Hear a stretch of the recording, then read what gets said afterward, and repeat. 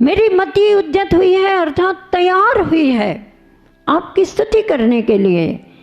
किस तरह? उस बालक की भांति जो जल में स्थित चंद्र बिंब को पकड़ने की कोशिश करता है। उसे ज्ञात नहीं है कि मैं इस चंद्र बिंब को पकड़ पाऊंगा कि नहीं, ये पकड़ में आएगा या नहीं।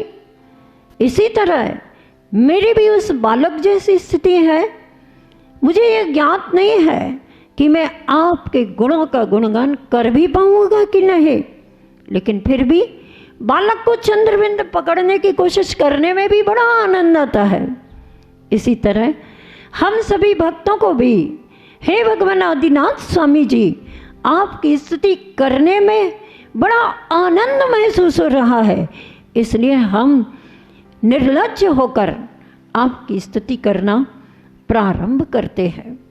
और उसके रिद्धि मंत्र भी होते हैं, इनके बीजाक्षर भी होते हैं। उन बीजाक्षरों का जो एकाग्रता से ध्यान करता है, उनका उच्चारण करता है। अभी आपने देखा भक्तामृत स्तोत्र के श्लोक का, काव्य का उच्चारण करने में महसूस किया और ऐसे ही पढ़ना चाहिए।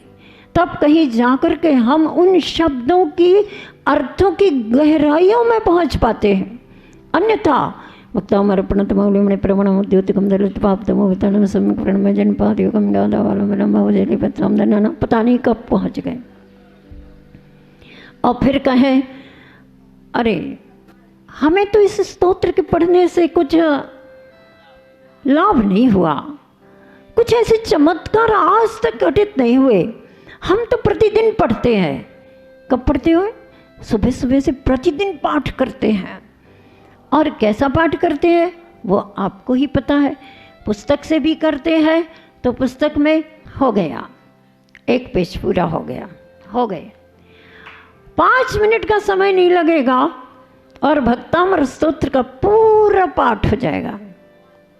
बड़ी त्वरित गति है आप लोगों की।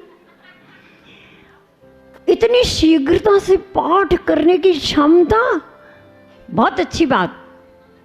अगर आपको ये क्षमता प्राप्त है तो हमें तो स्मरण आ रहा है कि गणधर परमेश्वरियों को द्वादशांग का पाठ करने में एक अंतर्मुहूर्त लगता है। बस उनके पास इतनी क्षमता होती है कि वे पूरे द्वादशांग को एक अंतर्मुहूर्त बिना थके। लेकिन हमारे पास ऐसा बुद्धि का वैभव, बुद्धि का सौंदर्य कहाँ है? हम तो अल्प बुद्धि वाले हैं, लेकिन उस अल्प बुद्धि को भी और स्वल्प बनाने में लगे रहते। क्या करके? किसी दूसरे बुद्धिमानों के प्रति ईर्ष्या भाव करके। ध्यान रखना बंधुओं, या तो ईर्ष्या कर लो या तो ईश्वरत्व को प्राप्त कर लो। ई से दोनों शब्द की शुरुआत है ना?